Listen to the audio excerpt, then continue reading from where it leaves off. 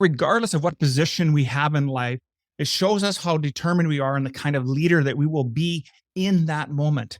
I believe that leaders are made, they're not born. And we may have some skills or attributes that are more developed than others, but they're still useful in any interaction that we have, aren't they? Well, I would suggest that some of them are and some of them aren't. And so this is why, as leaders, as fathers, husbands, or in business, developing a framework or a model to how we lead in crucial situations is really important for us as men. And so today, my guest and I explore how we can put together a framework in leading our lives, both personally and professionally. And before we get into all that, I just want you to know that being a man today has never been more challenging. And so the pain for many of us we feel is real. It's a pain of loneliness. It's a pain of unworthiness, and it's masked by our anger and our resentment. It's all because we're uncertain and afraid to take that next step. So if you're tired and fed up with your life as that, I'm going to encourage you to start your hero's quest. It's where you can become more, accomplish more, and live more than ever before. Just go to members.net and start your quest today. And with that, let's get on with today's episode. The average man today is sleepwalking through life, many never reaching their true potential, let alone ever crossing the finish line to living a purposeful life. Yet, the hunger still exists, albeit buried amidst his cluttered mind, misguided beliefs, and values that no longer serve him. It's time to align yourself for greatness. It's time to become a revolutionary man. Stay strong, my brother. Welcome, everyone, to the Revolutionary Man podcast. I'm the founder of the Awakened Man movement and your host, Alan DeMonso. Let me ask you a couple of questions. What does it mean to be a leader? And are you the same leader at home as you are at work? I find my leadership style tends to be pretty consistent between the two. And having said that, I can say that when I need to adjust my approach is when my wife reminds me that to consider that I'm not talking to one of my guys. And I go, whew, it's a good thing. That's all it takes for me to get that sense that though it isn't the same, the relationships are different, that I do need to adjust how I show up. And so we tend to lead the same way in different aspects of our lives, don't we? And so today, my guest and I explore a model that he has developed that has shaped the lives of countless executives in their leadership approach. So allow me to introduce my guest.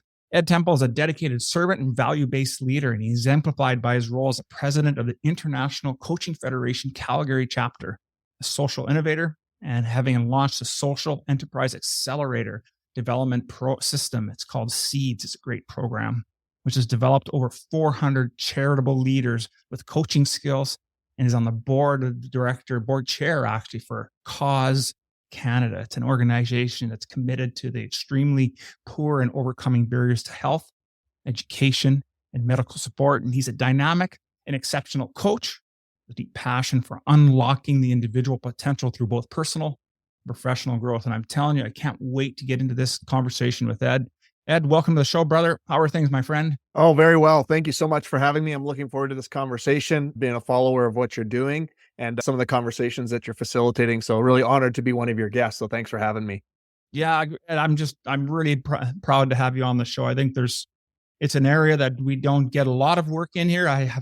We do other type of fitness coaches and other guys on the call, but this is the first one in a very long time, maybe even the first of all that we've had someone with your credentials to help us really understand leadership, both at home and at work. And before we get into that, though, I want to, as I talked about in the intro, we're all on our own hero's quest. And so my opening question, I'd like you to tell us about that time in your life when you knew things had to change.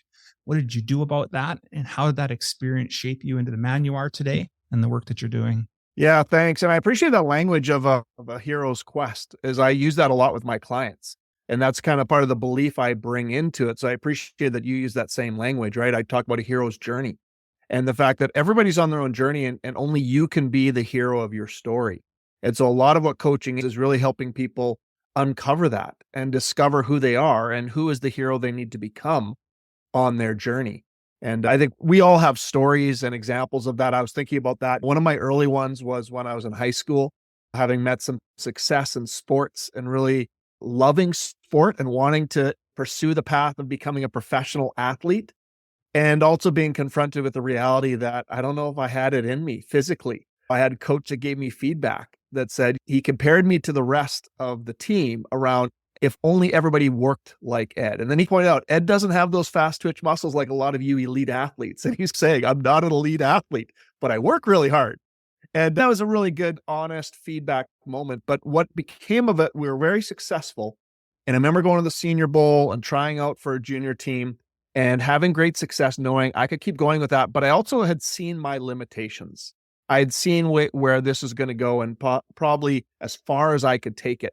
And so I was confronted with that. Am I going to give up on something that I like was a dream for me and go in another direction, or am I going to keep pushing? And that was one of those early moments I decided, no, I think I've had enough here. I've loved this journey of football and what I've learned from it. I enjoyed the success that I had, but it's also one of those things of also embracing some of the limitations and say, it's okay to take another direction, to take a turn and to see that. And when I look back on that, I know I could have gone a bit further with where I was, but it also opened the doors to different possibilities. And so I just learned from that experience. One door closed doesn't mean all doors are closed. It means there's 10 other doors that are opening. And so how do you start to get wise about the doors you go through and not just to be looking back of what wasn't or what could have been, but really looking at what is the possibility of the other doors that are available to me. And so that was a very early on lesson that I look back on and just realizing that some of the other doors that I went through, I never would have went through if I would have kept pushing open that door and not coming to the point of embracing the feedback that I was getting and going and pursuing something different. And what I really like about that story, Ed, is that I was just making a ton of notes there, is that not in you recognize that you had some skill and some talent. Your coach recognized that as well, but you also recognized in that journey that there was going to be a limitation. And I wrote that down because I saw that very similar in my career as a chef. And I could, even though I was blessed to be on a culinary team, regional team, and competing in the Olympics and that, I recognized that on the team, I was like that third line, fourth line grinder type, right? I had to work really hard to make it happen. And so I assessed the model and said, hey, for me, this is probably being a chef was a great career. And I continued to do that for several years after. Being an elite person, an elite chef at the time just wasn't it, but I decided to do something different with it. And that was the next note. Then here's that you still use that as a positive mindset. It's not like you were saying you were giving up on yourself. It sounded to me like you were taking the lessons and the skills that you had developed and really pivoting it into something else. So talk a little bit more about that pivot as well. I would equate that with professionally, what I've experienced more recently. I think a lot of people, and I do a lot of coach training. So I've trained hundreds of leaders to use and to learn coaching. And many of them become accredited coaches and become professional coaches. And I find a lot of times you look at my LinkedIn profile and you see some things I've done and people would just look at, oh, Ed left a successful career as an executive and became a successful coach. And I look at that and I go, yeah, that's a wonderful story. If only it was true. And people often go, well, how'd you get to what you're doing? Because they see only those things on the surface and they think it was success to success. And I'm like, how many minutes do you have? Because let me tell you the story.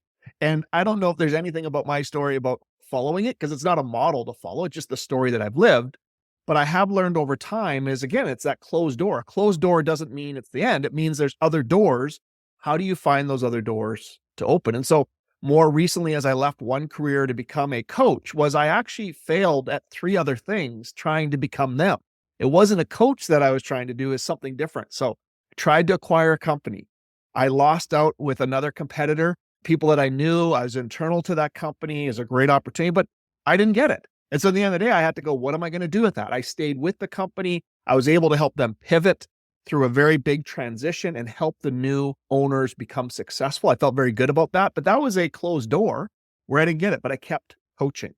The other thing was I tried to become a charitable work has been a big part of my career. I tried to become an executive leader in a charity that I believed very much in and was passionate about the work we did, microfinance around the world, passionate about the work, but realized the fundraising end and a lot of the work of what it was, I don't like that kind of work. And I realized it was a bad fit. So again, I tried to do something, found out it wasn't a good fit and felt I have to find something else. So I had to eject and try something else. That was when that company came up. And then thirdly, I became a partner in a company where they're starting a new line of business and they wanted me to lead the new line of business. All sorts of things came. And after a couple of years, it didn't work. That new line of business was not successful. Again, another closed door. But I kept sticking with what I loved, which is coaching. There's other things that I was doing as well. And that's the thing that became the open door for me. And it wasn't because that's what I'd originally set out to do. I love doing what I'm doing. It's just one of those things. I had a vision for other things that didn't come to fruition. And it's a matter of how do you just take those. And I've learned this from coaching. It's not about the goal or destination or the accomplishment. It's about learning each step of the way. And that's often with coaching when I do the coach training is it's not just about getting what you wanted out of the conversation, right?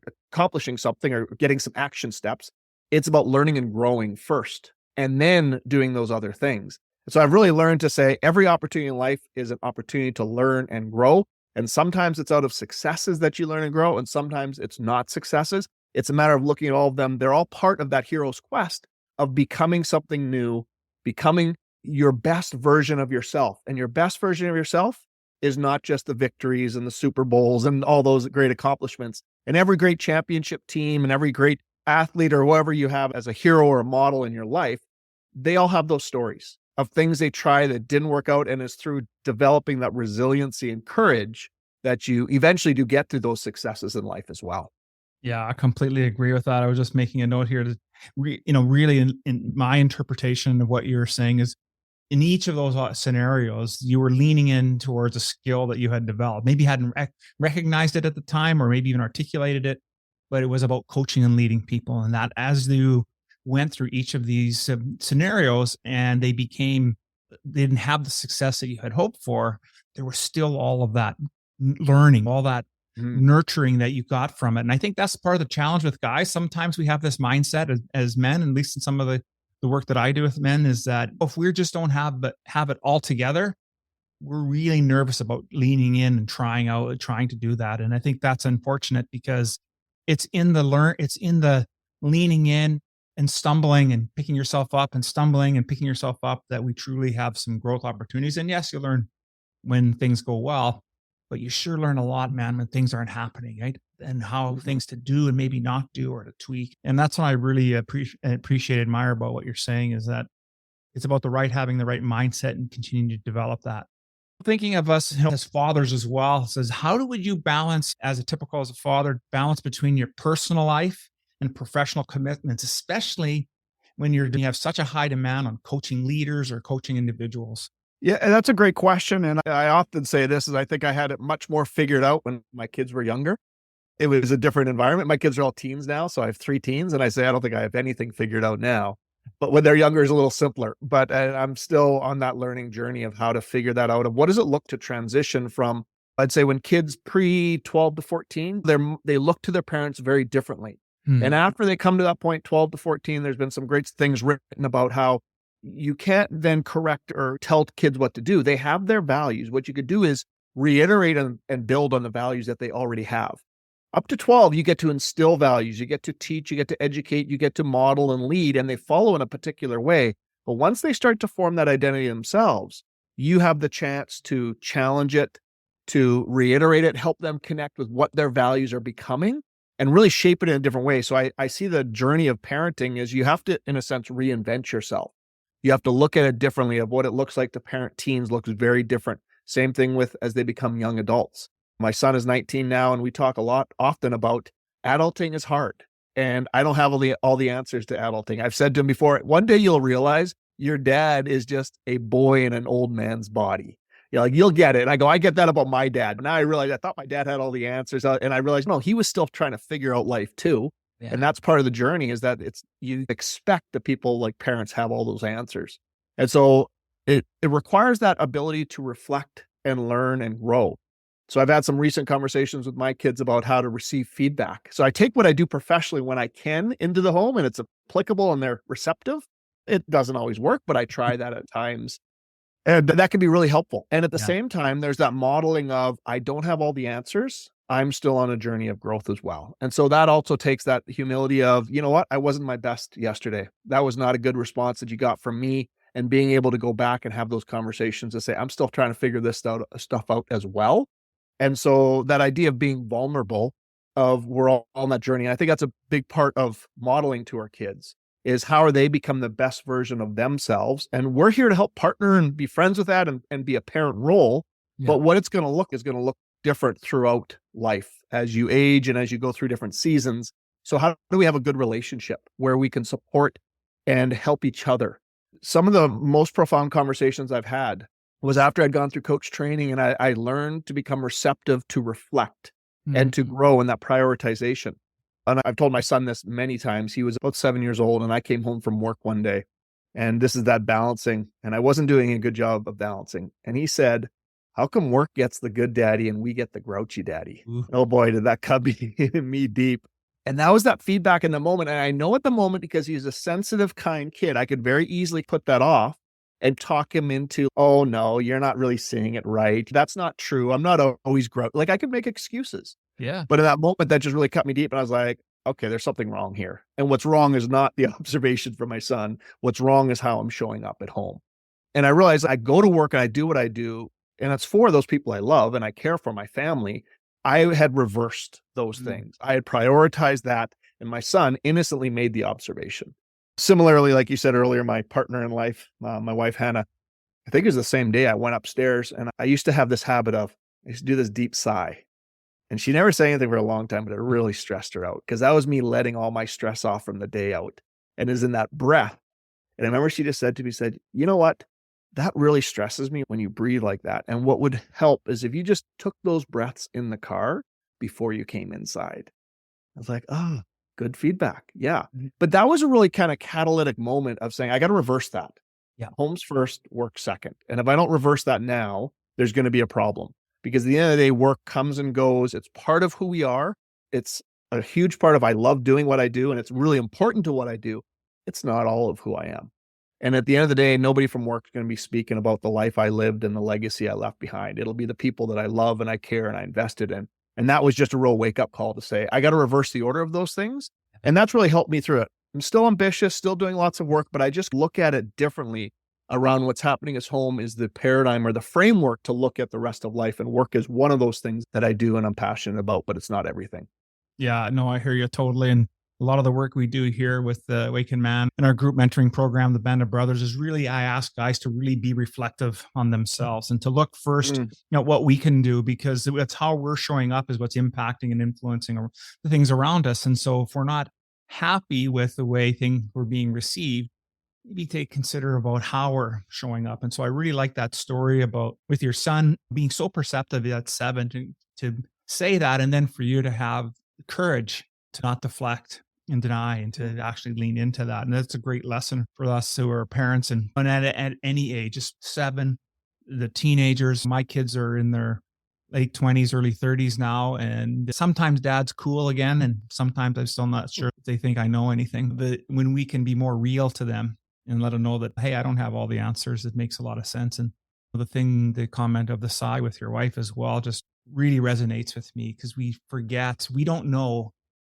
from body language and how we're showing up, just the impact. And so it tells me also a lot about the work that you've done as a couple and be able to have that kind of a conversation and to be able to do something. I think that is really important as well. So you wrote a book, it's The Leader as Coach, and I really wanted to dive into that material today. And so if you can take us through a little bit of your coaching model, actually, maybe before we get into the model, how did you come up with the idea for the book? What was the catalyst for it? And what would people expect when they pick it up and start to implement it? Yeah. So a big driving factor behind it is as I learned this coaching stuff and I got good at it and I moved more into the space, I remember thinking like, this is not some magic thing. Like it's just a human skill.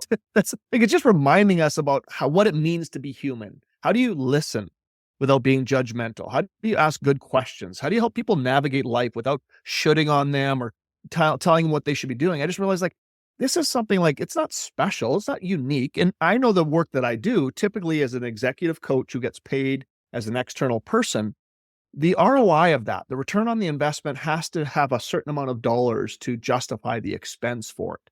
But coaching is becoming much more mainstream where everybody's talking about it. There's lots of availability around coaching and stuff. And so my vision behind it was like, these are important human skills. How do we make that accessible to all humans? Like it doesn't need to be accessible just to executives or to leaders or those kinds of people. It's a matter of how do we do that? And so that's where the model came in. And for me, it's really a simple model that I figured if my son could get this, like when he was an earlier teen in a few minutes and get it, I'd go, okay, that's the win. The win is making it accessible. It's not highly technical, not a special thing that only certain people can get access to. So the model is how my brain works visually. So Sprout is just about growing something, right? And that's what coaching is all about. What you get in the book is a pretty simple thing around planting. Planting is the idea of creating an agreement in a coaching conversation. There's a whole series of things that you do, but the idea of what are you trying to plant in the garden to see what would grow. Water and pruning, kind of self-explanatory. Water are questions that help to add to people's thinking, to help them dream and vision and just see what's possible and exploring something. And then pruning is when stuff starts to grow. You start to grow weeds and all sorts of things, and you need to make some choices. You need to choose different things. You can't do all things. So it's a cycle. It's not one, then two. It's both, right? So it's cyclical around water and pruning and helping. And as a coach, you're supporting that. You're helping explore to see what grows. And then finally, obvious, the harvest. You help cultivate a growth. So harvesting is all about learning and growth, and then applying it to what you wanted in the planting. What's the topic that you chose? Is it an action plan? Is it about a change of mindset? Is it about a strategy, or is it about getting clarity on something? So often coaching is about getting unstuck on things. So then it's about choosing actions and moving forward with it. And so that's the model, really simply put. I teach this at Lethbridge College in an accredited program for the International Coaching Federation. So if you want to become an accredited coach, that's where you go. You get 65 hours of training. If you want to be a leader that uses coaching skills, that's the program that you can do. And so I've been involved in that program since its beginning. I helped write it, and I'm the program chair there. It's a great experience.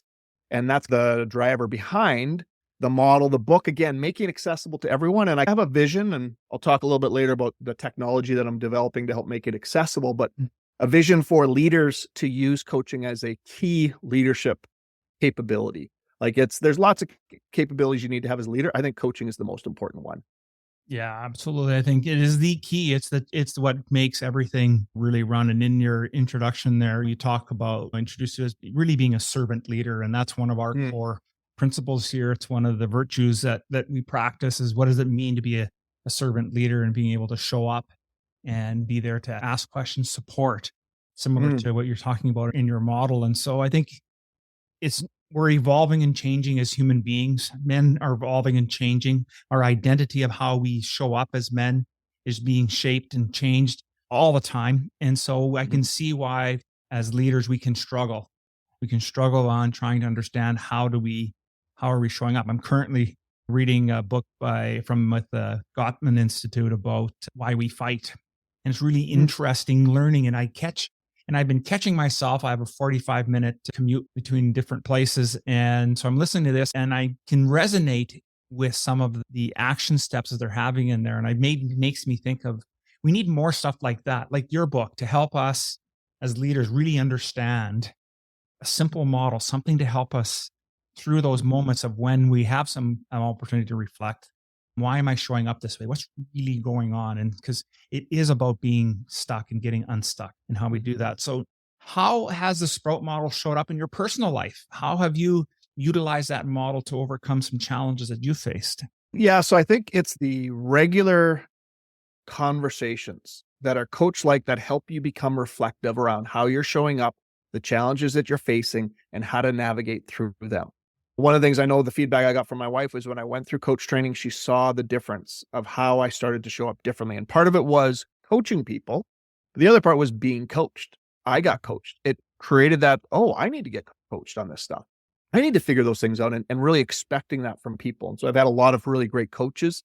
I got into coaching because of a great coach that I had conversations with and about how they talked about coaching, that it really interested me. And so it's that impact. So I figure if I can have impact on people like that around what coaching can do.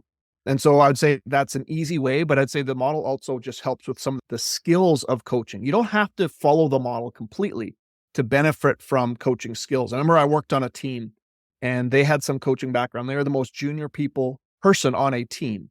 And I remember we would get into heated debates, and sometimes I'd be butting heads with somebody, and they always asked a great question that helped us get unstuck as a team. They'd ask a question, and suddenly we realize, okay, yeah, that's a good question. Like we're more on the same page than we are not on the same page, but I wasn't seeing it. The question created the change.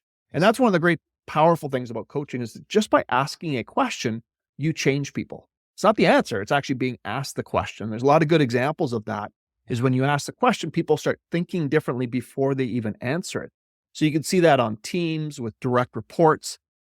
One of the ways that I've been the most impacted and successful with coaching is coaching up my leader. I became a great coach to my leader that they ended up trusting me so much more and depending on me because they saw me as not somebody who just needed to get things from them, but I was there to support them and help them be their best by asking them good questions. And that was a lot of my success, was how I was able to coach up and coach over to people who I didn't have any authority through role or responsibility, but I had influence and impact through coaching.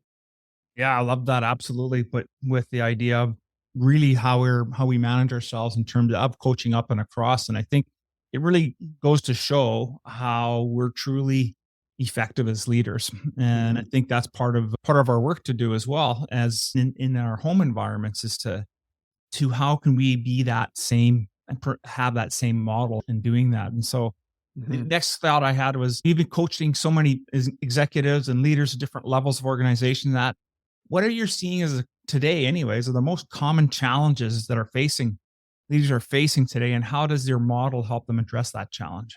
Yeah. So I think one of the ways, there's lots of ways, but one of the ways is the speed of change that's happening, the sense of overwhelm. Like, it's interesting. I coach in so many different environments, so many different leaders, and how often people think what they're going through is unique, right? The overwhelm and what's happened in a post-pandemic world, and now with AI and so many things changing, and this sense of not being able to keep up.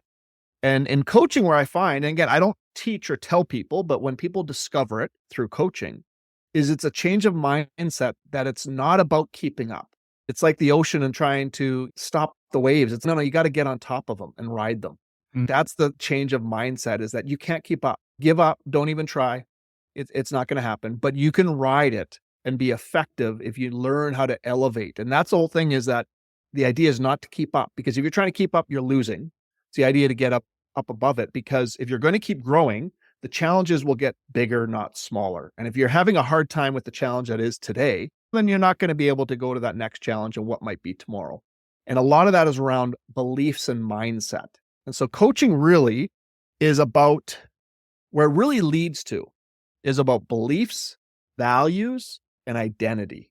Yes. Typically it comes through the form of, I got this problem, right? I got a difficult person. I got work-life balance. Like, it comes through topics, but really those topics are a door to helping people try to just investigate, who are they and who are they in the midst of this role and these kinds of things. And it's dealing with those kinds of things. So not every coaching conversation gets there, but as a seasoned coach and one who's been doing this for a while, I know that's what's underneath it. And we'll just see when and where and how they're willing to explore those things. And not everyone's there. I don't take people there to make them explore it. It's a matter of, when did they discover that? And I was working with a person in a role, and I got to coach them like 10 times was our agreement, 10 sessions, right? Having these conversations, always dealing about project management, logistical stuff, like really tangible things. And just being like, this is where this person's at. That's totally fine. But I remember it was in like our last or second last session. They suddenly just had this realization of, who cares about all this stuff? Who am I? And that was that they stumbled upon that question. And I was sitting there going, oh yeah, there it is. Interesting. But they got there themselves. It wasn't me. Yeah. You need to ask this question. Like, that's, people aren't there. That's a big part of coaching, is you calibrate to where they are and see where they might be able to go, see what possibilities there are. But when they discovered it, I was just not surprised. I'm like, okay, that's interesting. Yeah. It's in this last session that you've suddenly said, wait a second, who am I without this job?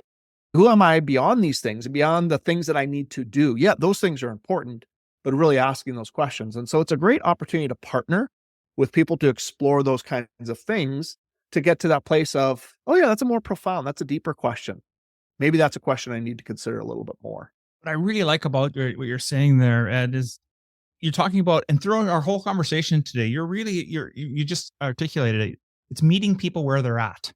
Yes. From the story with your son and your wife and those other situations of different opportunities, you were really meeting people where they're at, and meeting yourself where you're at, just as importantly.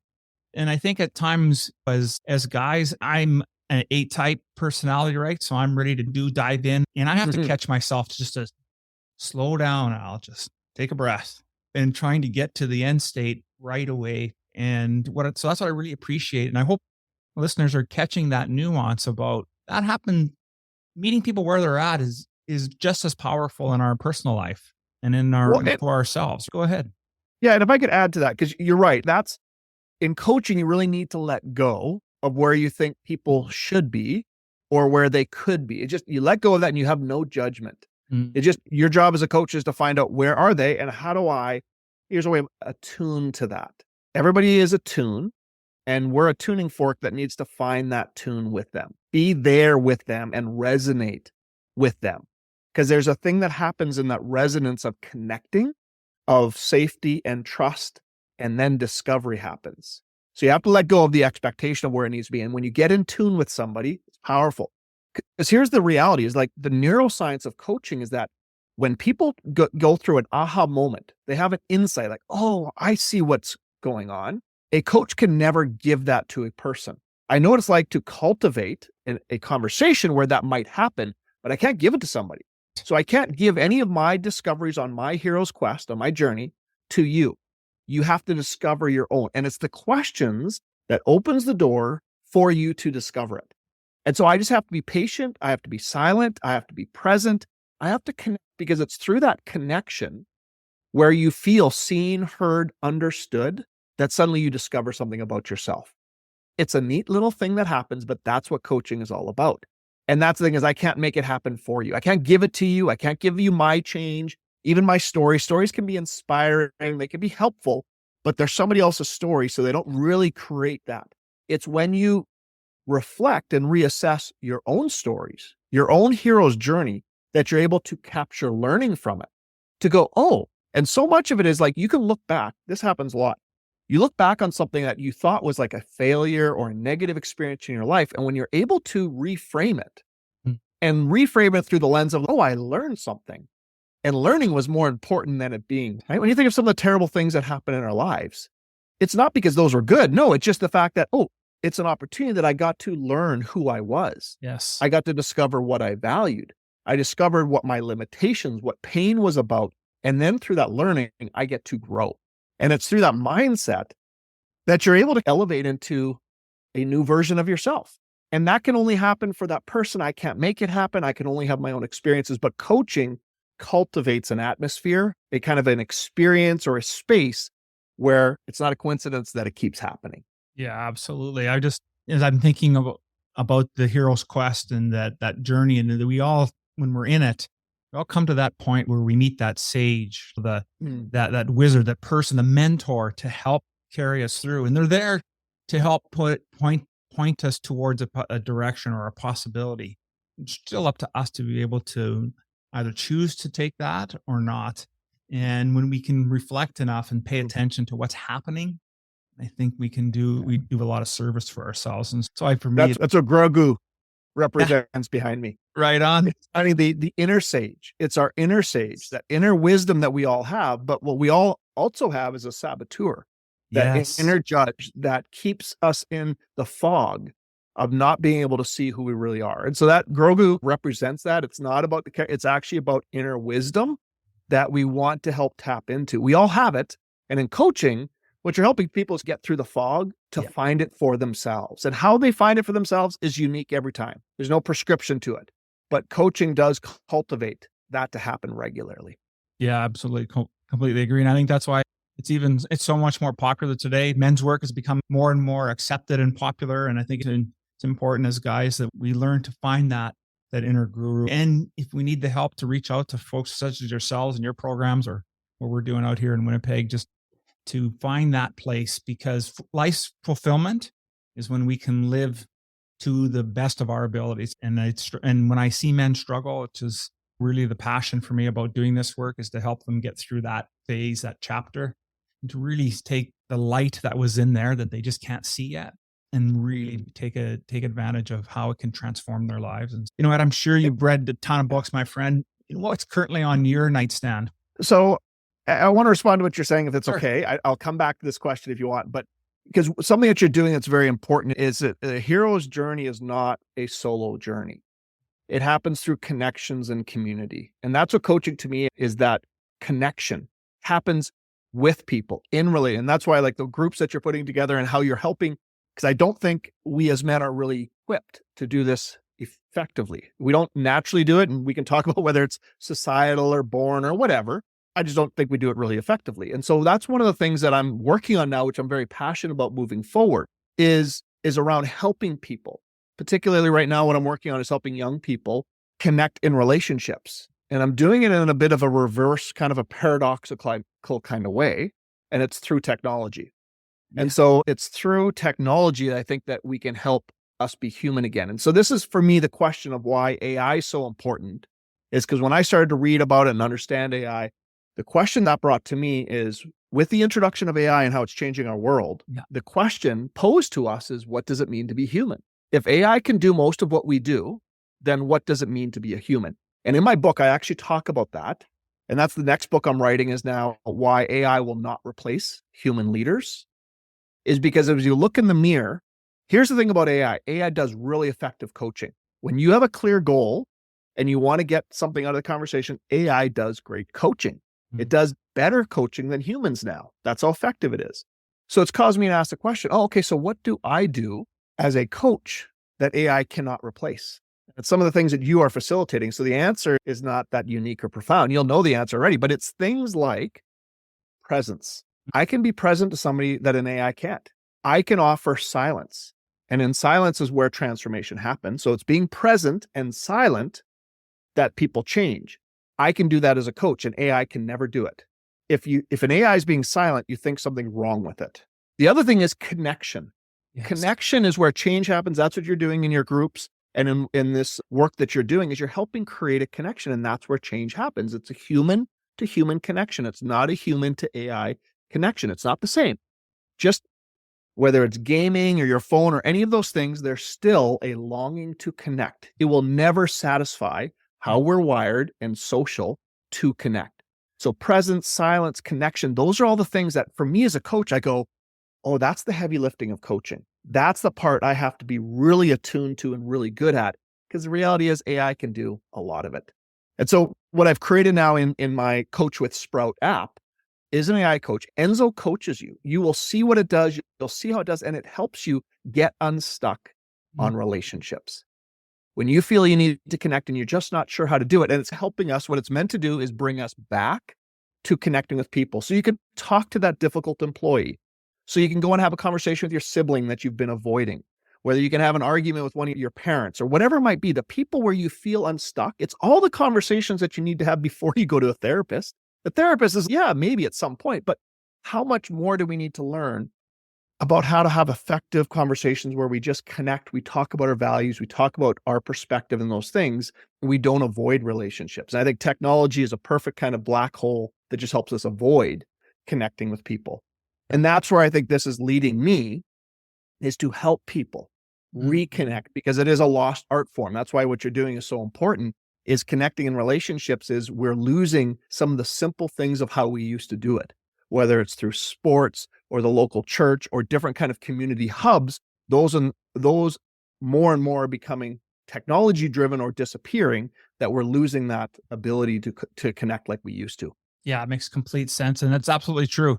The human side of the equation can never be replaced by AI. And that's really about, it can give us all of the answers to whatever question that we have, but reading it on a screen, or even if a voice was voice automated, it's not the same as that connection with the human being. It's just, there's just something that happens. It's just different. Best piece of advice you've been ever given, and how has it served you even to this day? I'm sure after I get off here, I'll think of 5 other ones, but I do think of one of the things my dad said to me when I was young. Books were a big thing to him. So he had a huge library, loved reading. I was a real bookish person. But I remember him giving me a couple books I have here on my shelf down there. I haven't read them, but he was a big literature and history guy and theology guy. And that's what his library is filled with. But he gave me a couple books, and he just talked about how we stand on the shoulders of others, and how it's our responsibility to grow and learn and develop, because others will come and stand on our shoulders. And so it's just that appreciation and respect for what's gone before us, that we get to stand on their shoulders. So we can be very easily judgmental of those who went before us. But it gave me this perspective of, no, they built such a foundation of things, not because they were perfect, but because they created, whether it's writing, artifacts, and different things, whether it's in society or academics, whatever form you want to take that, to me, it's applicable in so many ways. And now we have this great privilege of just standing on their shoulders and seeing far beyond they could have, farther than any of them could have at their time. Yeah. But then the idea of, oh yeah, and somebody else is going to do that to us. So we also serve in a way to, who's that person looking at, standing on our shoulder to be able to look further. So now I'm in that phase of, oh, that's my kids. That's that generation. So how do I do something that helps them see further than I ever could have? And also realizing that I have limitations on what I can see because I'm a product of my generation, all these kinds of things. And that's okay. It's just a matter of how do you help the next person? And that was just really great advice I got from my father many years ago. Man, I love that. That's outstanding. Out of everything that we spoke about today, maybe there was something we didn't get a chance to touch on. If there was one takeaway you'd like our listeners to have, what would that be? I've appreciated the conversation. Thank you for it. I think there's lots more that we could talk about. I think for me is to see the future as many doors. And so when you have a door closed or one that doesn't appear to be opening, is just be patient and keep trying other doors because they're endless and you never know. And I think also go at that with a hopeful attitude of what's possible. Some of the things I'm working on now is I never could have mapped out where I am. I could have never planned this. It took so many, is the oblique way. It was not a straight line. There are so many ways of going about it, but taking each step of the way as an opportunity to grow for the next step. And some of the things I'm really excited on working on with Enzo is some of that work has returned me to working with my son. He's the face of that. He has an intuitiveness and he's given me such wise feedback. He's 19 on how the technology can help people get unstuck in relationships. I never could have mapped that out. I never would have thought of working with him. We don't get along in many ways. It's not like that was an obvious answer, but it's through a whole series of things and trying things. Same thing with the tech space. I've been through some tech startups and hubs, and I've had to pivot numerous times. The thing that I dreamed of at the beginning, it's nowhere close to what that was. But just converting those things into that next thing and then being content every step of the way, because you have what you have and you can either be grateful for it or not. It's just way better to be grateful for it. Just a better way to live. Yeah, absolutely. What a great way to sum things up. And I just love that truth bomb there, and really looking at as fathers to look back and look at all the wisdom we can get from our children and being able to utilize that in the work that we're doing, because they are a product of their generation and how they see things, right? Even though we're living it with them, they are coming at it from a totally different perspective. So Ed, I just want to say thank you so much, my friend, for showing us the way of how we can utilize any type of framework to help us be better leaders, husbands, and fathers. And so if men are interested in getting a hold of you or participating in your work, what would be the best way for them to do that? So I'm on LinkedIn. So Ed Temple is the best way. The book is on Amazon. The Leader is Coach. Program chair at Lethbridge College. So if you're interested in coach training, look up the program there. There's a cohort starting. We run that cohort like 3 times a year. And feel free to reach out. I'm always happy to have a conversation, have an online coffee or in person. And I really look forward to just connecting with others who are on this same journey and either being a resource myself or pointing you to resources that have been helpful to me. Right on. I'm going to make sure all that information's in today's show notes so folks can get a chance to reach out to you. Once again, my friend, thank you so much. Loved our conversation. Thanks. Appreciate it.